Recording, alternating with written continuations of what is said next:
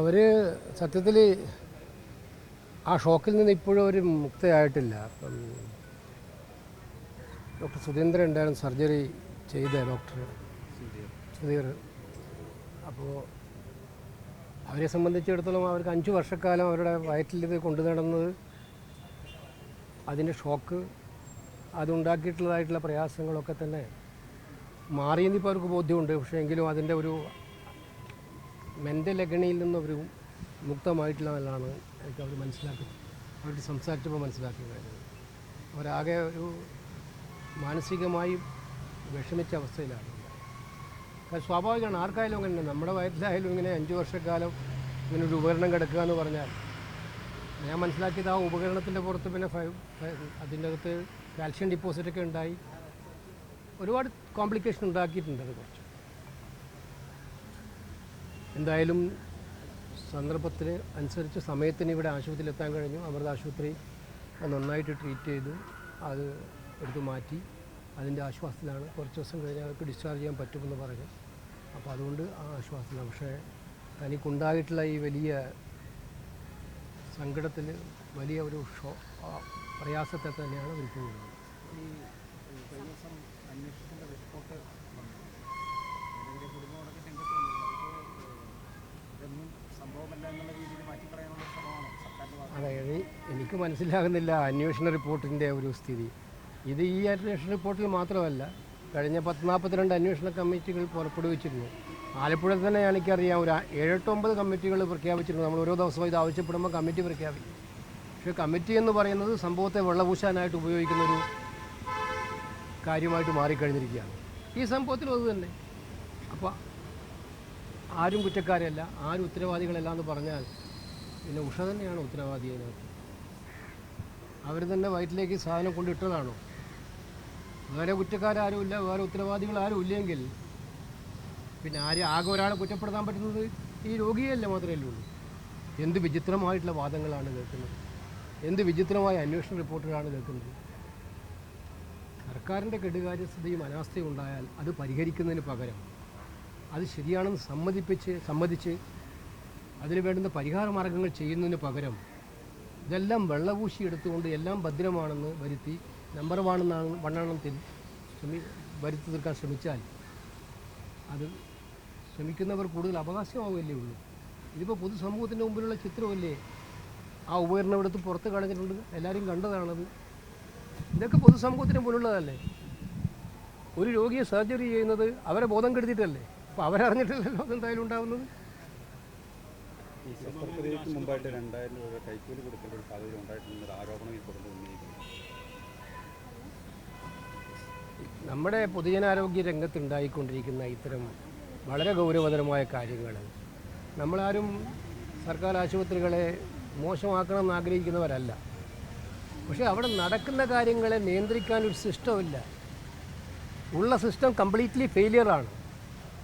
അത് സിസ്റ്റം ഫെയിലിയറാണെന്ന് വന്നു കഴിഞ്ഞാൽ ആ ഫെയിലിയറായ സിസ്റ്റത്തെ കറക്റ്റ് ചെയ്യാൻ ശ്രമിക്കുന്നതിന് പകരം ഈ സിസ്റ്റം ഫെയിലിയറാണെന്ന് ആരെങ്കിലും പറയുന്നവരെ കണ്ടെത്തിയിട്ട് അത് മാധ്യമപ്രവർത്തകരായാലും അത് ഡോക്ടർമാരായാലും അത് പൊതുപ്രവർത്തകരായാലും അവരെ വിചാരണ ചെയ്യുന്നുണ്ട് എന്ത് കാര്യം ഉണ്ടാകുമ്പോൾ.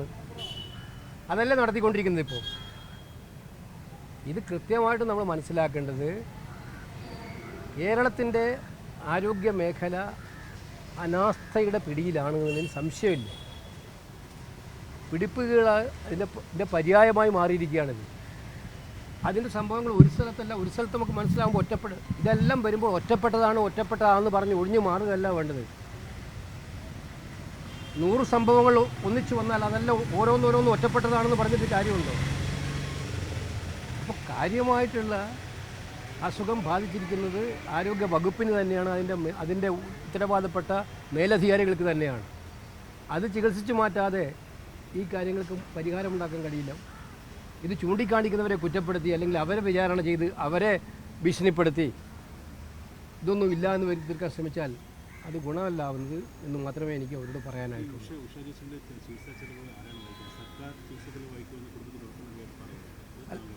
ഞാൻ ആദ്യം തന്നെ പറഞ്ഞിരുന്നു സംഭവം ഉണ്ടായപ്പോൾ. അന്ന് തന്നെ നിങ്ങളുടെ മാധ്യമങ്ങളെല്ലാവരും വിളിച്ചിരുന്നു എന്ന് തന്നെ പറയുന്നു. സർക്കാർ 24 മണിക്കൂറിൽ നടപടി എടുക്കണം ഈ കേസിൽ നമുക്കറിയാം ഇപ്പം നമ്മളെ രോഗിക്കുണ്ടാകുന്ന ഷോക്ക് ഇത് സംഭവിച്ചത് അറിഞ്ഞപ്പോൾ ഇത് മുമ്പ് തന്നെ ആശുപത്രിയുടെ ഭാഗത്തുണ്ടായ അനാസ്ഥയാണ്. ഒരുപാട് പ്രാവശ്യം അവർ ഈ വയറിലുണ്ടാകുന്ന വേദനയുമായി ബന്ധപ്പെട്ട് ആശുപത്രികളിൽ കണ്ടിരുന്നു. അവരൊന്നും ഇത് കണ്ടുപിടിക്കാതെ കിഡ്നി സ്റ്റോണാണെന്ന് പറഞ്ഞുകൊണ്ട് തള്ളിക്കളിയായിരുന്നു. അതുമൂലം ഒരു മുറിവ് പോലും ഉണ്ടായിട്ടുണ്ട്. ഇത് ഒരു ശരീരത്തിൻ്റെ പ്രത്യേക ഭാഗത്ത് ടച്ച് ചെയ്ത് മുറിവുണ്ടായിട്ടുണ്ടെന്ന് പറഞ്ഞു. അപ്പോൾ ആ ഒരു ഘട്ടത്തിൽ അടിയന്തരമായിട്ടും അന്ന് രാവിലെ അവർ ആശുപത്രിയിൽ പോയപ്പോൾ സ്വാഭാവികമായിട്ടും നമ്മൾ കാണുന്നതാണ്, അപ്പോൾ തന്നെ ആശുപത്രിയിൽ അഡ്മിറ്റ് ചെയ്ത് അതങ്ങ് റിമൂവ് ചെയ്യല്ലേ പതിവ്. അവരോട് തിങ്കളാഴ്ച വരാൻ പറയുക ചെയ്തത്. അവിടെ തന്നെ തെറ്റി. അപ്പോൾ വീണ്ടും നമ്മൾ അഭ്യർത്ഥിച്ച് 24 മണിക്കൂറിനകം ചികിത്സ കൊടുക്കണം. ഗവൺമെൻറ് ഭാഗത്ത് യാതൊരു ചലനവും കാണാത്തപ്പോഴാണ് ഞാനൊരു ആംബുലൻസ് അയച്ചിട്ട് അമൃത ആശുപത്രിയുമായിട്ട് സംസാരിച്ച് അവരെ ഇങ്ങോട്ടേക്ക് അയച്ചത്. എനിക്ക് അമൃത ആശുപത്രിയോട് വളരെയേറെ നന്ദിയുണ്ട്. അവരെല്ലാ കാര്യങ്ങളും ഈ കാര്യത്തിൻ്റെ ഗൗരവം മനസ്സിലാക്കി, സെൻസിറ്റിവിറ്റി മനസ്സിലാക്കി അവരാവശ്യമായിട്ടുള്ള ചികിത്സകൾ ചെയ്തു കൊടുത്തു. അതിൻ്റെ ചിലവ് വഹിക്കാമെന്ന് ഞാൻ സമ്മതിച്ചിട്ടുണ്ട്. സർക്കാർ വഹിക്കാൻ എന്ന് പറഞ്ഞിട്ടുണ്ട്. എന്തായാലും ഈ കാര്യത്തിൽ എൻ്റെ സന്നദ്ധത ഞാൻ പൂർണ്ണമായിട്ടും അറിയിച്ചിട്ടുണ്ട്, ആശുപത്രിയെ അറിയിച്ചിട്ടുണ്ട്. മറ്റൊരു വിഷയം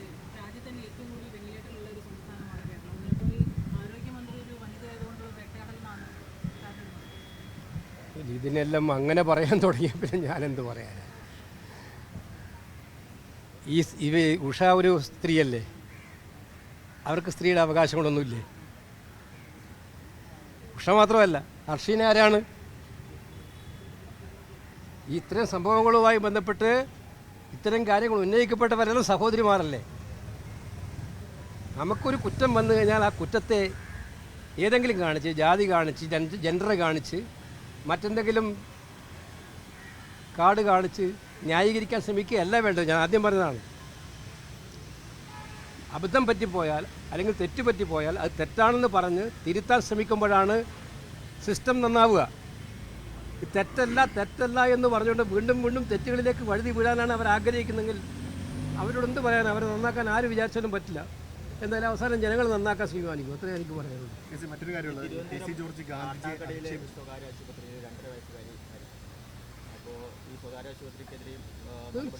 തീർച്ചയായിട്ടും അതിനകത്ത് എവിടെ സംഭവം ഉണ്ടായാലും ആ സംഭവം ഉണ്ടാകുന്നതിന് ഗവൺമെൻറ് നടപടി സ്വീകരിക്കണം.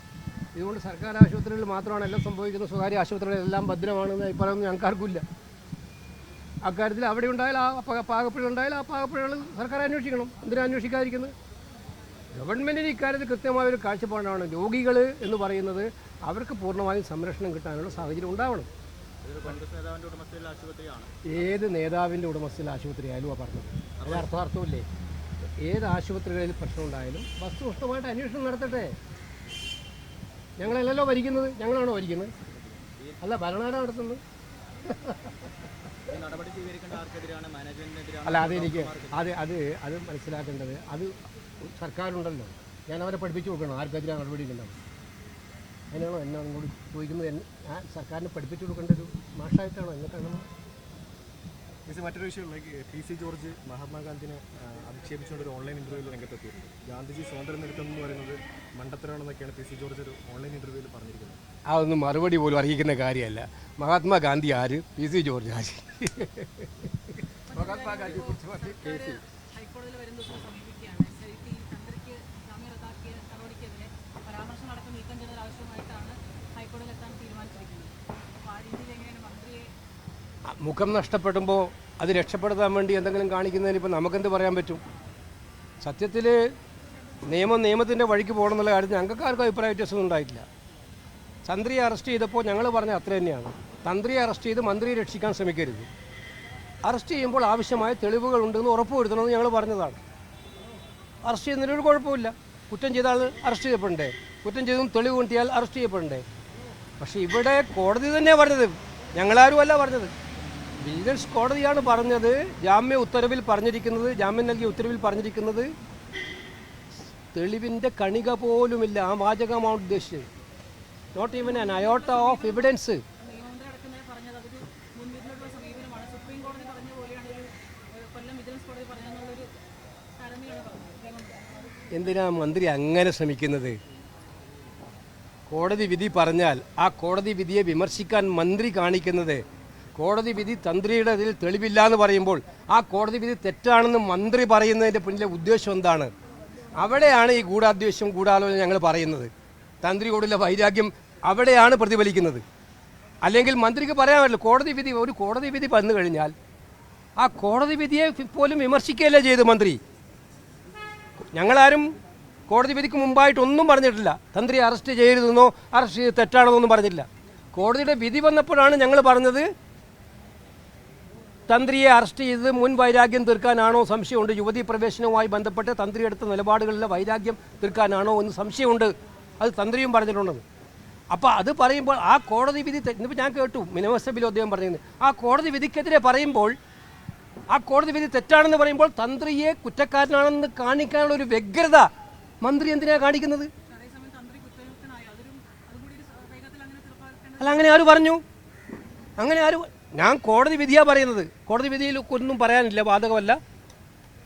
കോടതി വിധിയിൽ ഇങ്ങനെ വന്നിട്ടുണ്ടോ? തെളിവിൻ്റെ കണിക പോലും ഇല്ല എന്നുള്ള വാചകം അതിനകത്തുണ്ടോ? തെളിവിൻ്റെ കണികയില്ലാതെ 41 ദിവസം എന്തിനാ 41 ദിവസം ഒരാളെ അതേ കോടതി തന്നെ മറ്റ് 2 മുൻ ദേവസ്വം ബോർഡ് പ്രസിഡന്റുമാരുടെ ജാമ്യാപേക്ഷയിൽ പറഞ്ഞ ഇതല്ല, ക്ലിയറാണ്.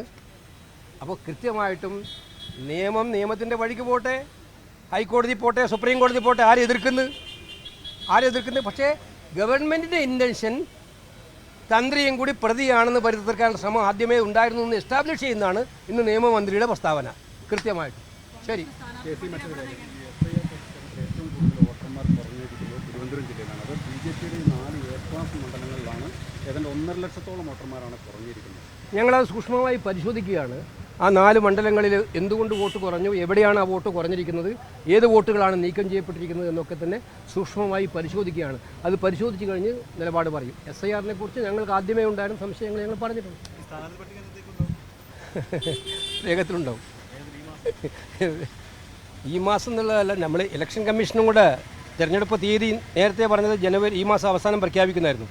പക്ഷേ അവർ ഇതുവരെ കേരള സ്റ്റേറ്റ് അവരുടെ ഫുൾ ടീം വിസിറ്റ് ചെയ്തിട്ട് പോലുമില്ല. അതെല്ലാം വിസിറ്റ് ചെയ്ത് കഴിഞ്ഞാൽ എല്ലാ 5 സ്റ്റേറ്റും വിസിറ്റ് ചെയ്ത് അവർ അനൗൺസ് ചെയ്യുമ്പോൾ കുറേ വൈകുന്നാണ് കേൾക്കുന്നത്. എന്തായാലും ഞങ്ങളുടെ ലിസ്റ്റ് തിരഞ്ഞെടുപ്പ് തീയതി പ്രഖ്യാപിക്കുന്നതിന് മുമ്പ് വരും. ഓക്കെ.